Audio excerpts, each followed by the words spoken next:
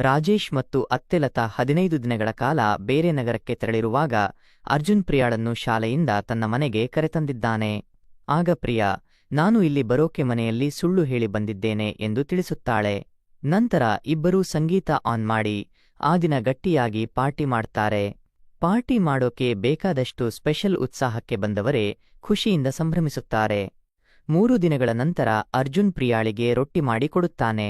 ಆಗ ಪ್ರಿಯಾ, ನೀನು 3 ದಿನದಿಂದ ಒಂದೇ ರೊಟ್ಟಿ ತಿನ್ನಿಸುತ್ತಿರೋದು ಸಾಲಾಗಿದೆ ಎಂದು ಸಿಟ್ಟಾಗುತ್ತಾಳೆ. ಅಷ್ಟೇನು ಸಿಟ್ಟಾದ್ರೆ ಅಡುಗೆ ಮನೆಗೆ ಹೋಗಿ ನೀನೇ ಏನಾದರೂ ಸಿದ್ಧಪಡಿಸಿಕೋ ಎಂದು ಅರ್ಜುನ್ ತಿರುಗೇಟು ಕೊಡುತ್ತಾನೆ. ನಾವು ಇಲ್ಲಿ ಸಿನಿಮಾ ನೋಡ್ತಾ ಕೂತಿದ್ದೀವಿ, ಆಗ ರೊಟ್ಟಿಯೇ ಸಾಕು ಎಂದು ಹಾಸ್ಯಕ್ಕೆ ಹೇಳುತ್ತಾನೆ. ಈಗ ಇದನ್ನು ತಿನ್ನು, ಆಮೇಲೆ ನಾವು ಹೊರಗೆ ತಿರುಗಾಡೋಕೆ ಹೋಗೋಣ ಎಂದು ಪ್ರಿಯಾಳನ್ನು ಸಂತೋಷಪಡಿಸುತ್ತಾನೆ. ಆಗಲೇ ಬಾಗಿಲ ಬೆಲ್ ಸದ್ದು ಮಾಡುತ್ತೆ. ಅರ್ಜುನ್ ತಕ್ಷಣ ಪ್ರಿಯಾಳನ್ನು ತನ್ನ ಕೋಣೆಗೆ ಕಳಿಸಿ ಬಾಗಿಲು ತೆರೆಯುತ್ತಾನೆ. ಅಲ್ಲಿ ಅವನ ಅಣ್ಣ ರಾಜೇಶ್ ಮತ್ತು ಅತ್ತೆ ಲತಾ ನಿಂತಿರುತ್ತಾರೆ. 15 ದಿನಗಳಿಗೆಂದು ಹೊರಟವರು 2 ದಿನದಲ್ಲಿ ವಾಪಸ್ ಬಂದು ಬಿಟ್ಟಿದ್ದಾರೆ. ಇವರಿಬ್ಬರನ್ನು ನೋಡಿ ದಿಗ್ಭ್ರಮೆಗೊಂಡ ಅರ್ಜುನ್, ನೀವು ಇಷ್ಟು ತ್ವರೆಯಲ್ಲಿ ಯಾಕೆ ಬಂದಿರಿ ಎಂದು ಕೇಳುತ್ತಾನೆ. ರಾಜೇಶ್, ಯಾಕೆ, ನಾವು ತ್ವರೆಯಲ್ಲಿ ಬಂದಿದ್ದಕ್ಕೆ ನಿನಗೇನಾದರೂ ತೊಂದರೆಯೇ? ಹೋಗಿ ಕುಡಿಯೋಕೆ ನೀರು ತೆಗೆ ಎಂದು ಗುಂಡಾಗಿ ಹೇಳುತ್ತಾನೆ. ಆಗ ಲತಾ, ಮನೆಯಲ್ಲಿ ಕೆಲಸ ಹೆಚ್ಚಾಗುತ್ತಿದೆ, ಮನೆ ಸೇವಕಿಯಾದ ರೇಖಾಳನ್ನು ಮತ್ತೆ ಕೆಲಸಕ್ಕೆ ಕರೆಯೋಣ ಎಂದು ರಾಜೇಶ್ಗೆ ಹೇಳುತ್ತಾಳೆ. ಅರ್ಜುನ್ ತಕ್ಷಣ ರೇಖಾ ಬೇಡ ಎಂದು ಎದುರಿಸುತ್ತಾನೆ. ಆದರೆ ರಾಜೇಶ್, ರೇಖಾಳೇ ಬೇಕು, ಆಕೆ ಉತ್ತಮವಾಗಿ ಕೆಲಸ ಮಾಡ್ತಾಳೆ ಎಂದು ಲತಾಗೆ ಒತ್ತಡ ಹಾಕುತ್ತಾನೆ. ಲತಾ ರೇಖಾಳಿಗೆ ಕರೆ ಮಾಡಿ, ನಾವು ಮರಳಿ ಬಂದಿದ್ದೀವಿ, ಕೆಲಸಕ್ಕೆ ಬಾ ಎಂದು ಹೇಳುತ್ತಾಳೆ.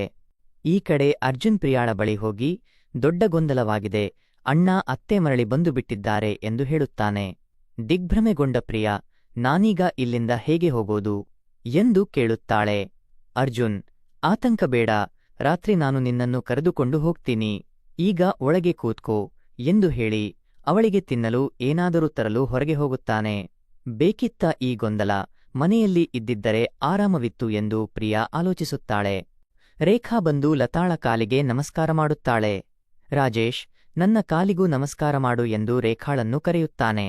ರೇಖಾ ಅವನ ಕಾಲನ್ನು ಮುಟ್ಟಿದಾಗ ರಾಜೇಶ್ ಹಾಸ್ಯವಾಗಿ, ನೀನು ಯಾವಾಗಲೂ ಇದೇ ರೀತಿ ಸೇವೆ ಮಾಡು ಎಂದು ಹೇಳುತ್ತಾನೆ.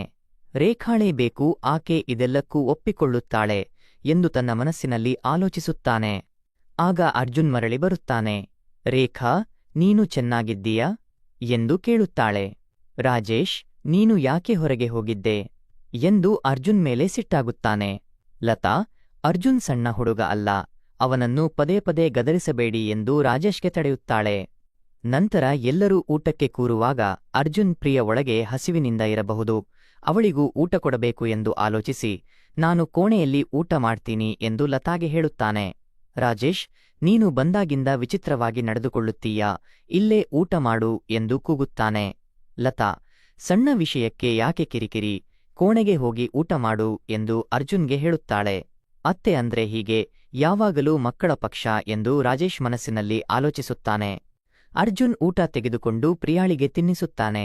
ಪ್ರಿಯಾ, ನಾನು ಬೇಗ ಇಲ್ಲಿಂದ ಹೊರಡಬೇಕು, ಏನಾದರೂ ಮಾಡು ಎಂದು ಒತ್ತಾಯಿಸುತ್ತಾಳೆ. ಅರ್ಜುನ್, ಆತಂಕ ಬೇಡ, ರಾತ್ರಿ ನಿನ್ನನ್ನು ಶಾಲೆಗೆ ಬಿಟ್ಟು ಬರ್ತೀನಿ ಎಂದು ಆಶ್ವಾಸನೆ ಕೊಡುತ್ತಾನೆ. ಆಗ ರಾಜೇಶ್ ರೇಖಾಳ ಜೊತೆ ಹಾಸ್ಯವಾಗಿ ರೊಮ್ಯಾಂಟಿಕ್ ಆಗಿ ಮಾತಾಡುತ್ತಾ ಅರ್ಧಕ್ಕೆ ನಿಲ್ಲಿಸುತ್ತಾನೆ. ಆಹೋ, ಈಕೆಯ ಜೊತೆಗೂ ತುಂಬಾ ಮಾತಾಡುತ್ತಾನೆ ಎಂದು ರೇಖಾ ಹಾಸ್ಯಕ್ಕೆ, ನಿನಗೆ ಮಾತಿನ ಉರಿ ಹಚ್ಚೋದು ಗೊತ್ತು, ಆರಿಸೋದು ಗೊತ್ತಿಲ್ಲ ಎಂದು ಹೇಳುತ್ತಾಳೆ. ಹೇಗೆ ಆರಿಸೋದು, ವಯಸ್ಸಾದ ಮೇಲೆ ಉತ್ಸಾಹ ಎಲ್ಲಿಂದ ಎಂದು ರಾಜೇಶ್ ಹಾಸ್ಯಕ್ಕೆ 3,000 ರೂಪಾಯಿ ಕೊಟ್ಟು, ಇದರಿಂದ ನೀನೇ ಆರಿಸಿಕೋ ಎಂದು ಹೇಳುತ್ತಾನೆ. ರೇಖಾ ಅರ್ಜುನ್ ಕೋಣೆಗೆ ಬಂದು ಬಾಗಿಲ ಬೆಲ್ ಒತ್ತುತ್ತಾಳೆ. ಅಯ್ಯೋ, ಕೋಣೆಗೆ ಬೆಲ್ ಇದೆ ಎಂದು ಅರ್ಜುನ್ ಗಾಬರಿಯಾಗಿ ಪ್ರಿಯಾಳಿಗೆ ಒಳಗೆ ಕೂತ್ಕೋ ಎಂದು ಹೇಳಿ ಬಾಗಿಲು ತೆರೆಯುತ್ತಾನೆ. ರೇಖಾ ಒಳಗೆ ಬಂದು ಅರ್ಜುನ್ ಹಾಸಿಗೆಯ ಮೇಲೆ ಕುಳಿತು, ನಾನು ಒಂದು ಸೆಲ್ಫಿ ತೆಗೆಯುತ್ತೇನೆ ಬಾ ಎಂದು ರೊಮ್ಯಾಂಟಿಕ್ ಆಗಿ ಮಾತಾಡುತ್ತಾಳೆ. ಇಷ್ಟು ಧೈರ್ಯವಿದ್ದರೆ ಏಕೆ ಮೊದಲೇ ಅರ್ಜುನ್ ಜೊತೆ ಸಂಬಂಧ ಇರಬೇಕಿತ್ತು ಎಂದು ಪ್ರಿಯಾ ಆಲೋಚಿಸುತ್ತಾಳೆ. ಅರ್ಜುನ್, ದಯವಿಟ್ಟು ಇಂದು ಬೇಡ ಎಂದು ರೇಖಾಳಿಗೆ ಹೇಳುತ್ತಾನೆ. ಆದರೆ ರೇಖಾ, ಸರಿ, ಒಪ್ಪದಿದ್ದರೆ ನಿನ್ನ ಈ ಎಲ್ಲ ಗುಪ್ತ ನಿನ್ನ ಅಣ್ಣನಿಗೆ ಹೇಳಿಬಿಡ್ತೀನಿ ಎಂದು ಬೆದರಿಕೆ ಹಾಕಿ ರೊಮ್ಯಾಂಟಿಕ್ ಆಗಿ ಮಾತಾಡುವಂತೆ ಮಾಡುತ್ತಾಳೆ. ಇದೆಲ್ಲವನ್ನು ಒಳಗಿಂದ ನೋಡಿದ ಪ್ರಿಯಾಳಿಗೆ ಆಘಾತವಾಗುತ್ತದೆ. ರೇಖಾ, ನನ್ನ ಕೆಲಸ ಮುಗಿಯಿತು, ಈಗ 3,000 ರೂಪಾಯಿ ಕೊಡು ಎಂದು ಅರ್ಜುನನಿಂದ ಹಣ ತೆಗೆದುಕೊಳ್ಳುತ್ತಾಳೆ. ಪ್ರಿಯಾ, ನೀನು ನನಗೆ ದ್ರೋಹ ಮಾಡಿಬಿಟ್ಟೆ, ರೇಖಾಳ ಇಷ್ಟ ಆಗಿರುವವರೆಗೆ ನನ್ನನ್ನು ಯಾಕೆ ಕರೆತಂದೆ ಎಂದು ಅರ್ಜುನನು ಗದರಿಸುತ್ತಾಳೆ. ಅರ್ಜುನ್, ರೇಖಾ ನನ್ನ ಫೋನ್ನಲ್ಲಿ ನಮ್ಮ ವಿಡಿಯೋ ತೆಗೆದು ಬ್ಲಾಕ್ಮೇಲ್ ಮಾಡ್ತಿದ್ದಾಳೆ ಎಂದು ವಿವರಿಸುತ್ತಾನೆ. ಪ್ರಿಯಾ, ನಾನು ಇಲ್ಲಿ ಸಂತೋಷದಿಂದ ಬಂದಿದ್ದೆ, ಆದರೆ ಈಗ ಗೊಂದಲದಲ್ಲಿ ಸಿಲುಕಿ ಹಾಕಿಕೊಂಡೆ. ಈಗಲೇ ನನ್ನನ್ನು ಶಾಲೆಗೆ ಬಿಟ್ಟು ಬಿಡು ಎಂದು ಕೇಳಿಕೊಳ್ಳುತ್ತಾಳೆ. ಅರ್ಜುನ್, ಈಗ ಬೇಡ, ನಾಳೆ ಖಂಡಿತ ಬಿಟ್ಟು ಬಿಡ್ತೀನಿ ಎಂದು ಆಶ್ವಾಸನೆ ಕೊಡುತ್ತಾನೆ. ಮರುದಿನ ರೇಖಾ ಕೋಣೆ ಸ್ವಚ್ಛಗೊಳಿಸುವುದಕ್ಕೆಂದು ಬಂದು ಪ್ರಿಯಾಳನ್ನು ನೋಡಿಬಿಡುತ್ತಾಳೆ. ಮುಗಿಯಿತು, ಈಗ ಈಕೆ ಎಲ್ಲವನ್ನೂ ತಿಳಿದುಕೊಂಡಳು ಎಂದು ಅರ್ಜುನ್ ಹೆದರಿಕೊಳ್ಳುತ್ತಾನೆ. ಅರ್ಜುನ್, ನಮ್ಮ ಗುಪ್ತ ಯಾರಿಗೂ ಹೇಳಬೇಡ ಎಂದು ರೇಖಾಳಿಗೆ ಬೇಡಿಕೊಳ್ಳುತ್ತಾನೆ. ರೇಖಾ, ನಾನು ಸುಮ್ಮನಿರಬೇಕಾದರೆ 7,000 ರೂಪಾಯಿ ಕೊಡು ಎಂದು ಕೇಳುತ್ತಾಳೆ. ಅರ್ಜುನ್ ರೇಖಾಳ ಅಕೌಂಟ್ಗೆ 7,000 ರೂಪಾಯಿ ವರ್ಗಾಯಿಸುತ್ತಾನೆ. ಒಂದು ದಿನ ನನಗೂ ಅವಕಾಶ ಬರುತ್ತೆ, ಆಗ ನಿನ್ನನ್ನು ಸುಮ್ಮನೆ ಬಿಡಲ್ಲ ಎಂದು ಮನಸ್ಸಿನಲ್ಲಿ ಆಲೋಚಿಸುತ್ತಾನೆ. ಮರುದಿನ ಅರ್ಜುನ್ ಪ್ರಿಯಾಳನ್ನು ಶಾಲೆಗೆ ಕರೆದೊಯ್ಯಲು ಸಿದ್ಧನಾಗುತ್ತಾನೆ. ಆಗ ರೇಖಾ ಬಂದು, ನನ್ನ ಫೋನ್ನಲ್ಲಿ ರೆಕಾರ್ಡಿಂಗ್ ಆನ್ ಆಗಿದೆ, ನನ್ನ ಮುಂದೆ ನೀವಿಬ್ಬರೂ ರೊಮ್ಯಾಂಟಿಕ್ ಆಗಿ ಮಾತಾಡಬೇಕು ಎಂದು ಒತ್ತಾಯಿಸುತ್ತಾಳೆ. ಅಯ್ಯೋ, ಈಕೆಗೆ ಎಷ್ಟು ಧೈರ್ಯ ಎಂದು ಅರ್ಜುನ್ ಆಲೋಚಿಸುತ್ತಾನೆ. ಅವರು ಒಪ್ಪದಿದ್ದಾಗ ರೇಖಾ, ನೀವು ನಾನು ಹೇಳಿದಂತೆ ಮಾಡದಿದ್ದರೆ ಈಗಲೇ ನಿನ್ನ ಅಣ್ಣನಿಗೆ ಎಲ್ಲವನ್ನೂ ತಿಳಿಸಿಬಿಡ್ತೀನಿ ಎಂದು ಬೆದರಿಸುತ್ತಾಳೆ. ಅರ್ಧಗಂಟೆ ರೊಮ್ಯಾಂಟಿಕ್ ಆಗಿ ಮಾತಾಡಿದ ನಂತರ ರೇಖಾ, ನನಗೆ 15 ದಿನದಲ್ಲಿ 1,00,000 ರೂಪಾಯಿ ಬೇಕು, ಇಲ್ಲದಿದ್ದರೆ ಈ ವಿಡಿಯೋ ವೈರಲ್ ಆಗುತ್ತೆ ಎಂದು ಹೆದರಿಸುತ್ತಾಳೆ. ಪ್ರಿಯಾ, ಈಗಲೇ ನನ್ನನ್ನು ಶಾಲೆಗೆ ಬಿಟ್ಟು ಬಿಡು ಎಂದು ಅರ್ಜುನ್ಗೆ ಒತ್ತಾಯಿಸುತ್ತಾಳೆ. ರೇಖಾ, 1,00,000 ರೂಪಾಯಿ ಸಿಗದ ಹೊರತು ನೀನಿಲ್ಲಿಂದ ಎಲ್ಲಿಗೂ ಹೋಗಲ್ಲ ಎಂದು ಪ್ರಿಯಾಳನ್ನು ಹೆದರಿಸುತ್ತಾಳೆ. ಅಯ್ಯೋ, ಯಾಕೆ ಈ ಗೊಂದಲಕ್ಕೆ ಸಿಲುಕಿ ಹಾಕಿಕೊಂಡೆವು ಎಂದು ಪ್ರಿಯಾ ಅಳುತ್ತಾಳೆ. ಅರ್ಜುನ್, ನಿನ್ನನ್ನು ಶಾಲೆಗೆ ಬಿಟ್ಟು ರೇಖಾಳನ್ನು ನಂತರ ಎದುರಿಸುತ್ತೇನೆ ಎಂದು ಹೇಳುತ್ತಾನೆ. ರೇಖಾ ರಾಜೇಶ್ಗೆ ಬೇಗ ಬಂದು ರೊಮ್ಯಾಂಟಿಕ್ ಆಗಿ ಮಾತಾಡೋಣ ಎಂದು ಸಂದೇಶ ಕಳಿಸುತ್ತಾಳೆ. ಆಗ ಲತಾ ರಾಜೇಶ್ ಜೊತೆ ರೊಮ್ಯಾಂಟಿಕ್ ಆಗಲು ಪ್ರಯತ್ನಿಸುತ್ತಾಳೆ. ರಾಜೇಶ್, ನನಗೀಗ ಉತ್ಸಾಹ ಇಲ್ಲ ಎಂದು ಹೇಳುತ್ತಾನೆ. ಹೇಗೆ ಉತ್ಸಾಹ ಬರಲಿ, ಇಲ್ಲಿ ಎಲ್ಲಾ ಉತ್ಸಾಹ ಖಾಲಿಯಾಗಿ ಬಿಟ್ಟಿದೆ, ಬೇಸಾಗಿಬಿಟ್ಟಿದೆ ಎಂದು ಹಾಸ್ಯಕ್ಕೆ ಹೇಳುತ್ತಾನೆ. ಲತಾ, ಯಾವಾಗಲೂ ಇದೇ ದೂರು, ಸ್ವಲ್ಪ ಜಗಳವಾದರೆ ಆಚೆ ಮಲಗೋಕೆ ಹೋಗಿ ಬಿಡ್ತೀರಾ ಎಂದು ಗದರಿಸುತ್ತಾಳೆ.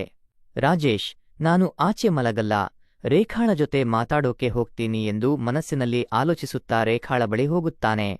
ಮಧ್ಯರಾತ್ರಿಯಲ್ಲಿ ಅರ್ಜುನ್ ಪ್ರಿಯಾಳನ್ನು ಶಾಲೆಗೆ ಬಿಟ್ಟು ಬಿಡಲು ಪ್ರಯತ್ನಿಸುತ್ತಾನೆ.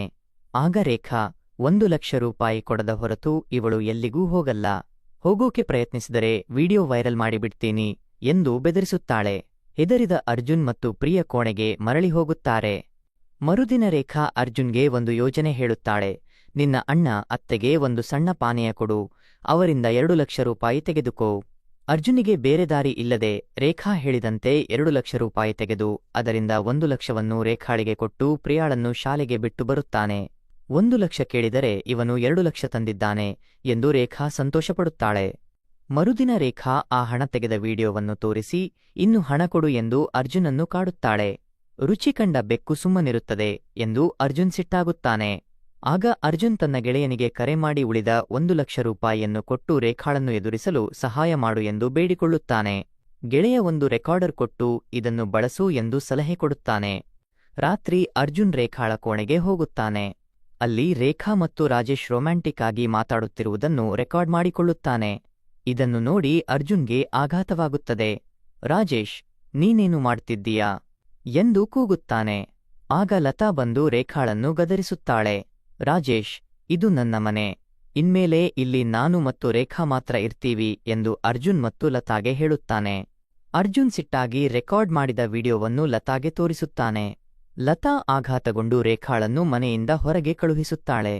ರಾಜೇಶ್ಗೆ ತನ್ನ ತಪ್ಪಿನ ಅರಿವಾಗುತ್ತದೆ ಮತ್ತು ಅವನು ಕ್ಷಮೆ ಕೇಳುತ್ತಾನೆ. ಅರ್ಜುನ್ ಮತ್ತು ಪ್ರಿಯಾ ಶಾಲೆಗೆ ಸುರಕ್ಷಿತವಾಗಿ ಮರಳುತ್ತಾರೆ. ಕಥೆ ಇಲ್ಲಿ ಮುಗಿಯುತ್ತದೆ. ಹೇಗಿತ್ತು ಕಥೆ? ಮನೆ ಸೇವಕರನ್ನು ಕರೆತಂದಾಗ ಅವರ ಬಗ್ಗೆ ಚೆನ್ನಾಗಿ ತಿಳಿದುಕೊಂಡು ಕರೆತನ್ನಿ. ಈ ಕಾಲದಲ್ಲಿ ಯಾರನ್ನೂ ನಂಬೋಕೆ ಆಗಲ್ಲ. ಕಥೆ ಇಷ್ಟವಾದರೆ ಲೈಕ್, ಶೇರ್, ಕಾಮೆಂಟ್ ಮಾಡಿ. ಚಾನೆಲ್ಗೆ ಹೊಸಬರಾದರೆ ಸಬ್ಸ್ಕ್ರೈಬ್ ಮಾಡಿಕೊಳ್ಳಿ. ಮತ್ತೊಂದು ಆಕರ್ಷಕ ಕಥೆಯ ಜೊತೆಗೆ ಮತ್ತೆ ಭೇಟಿಯಾಗೋಣ.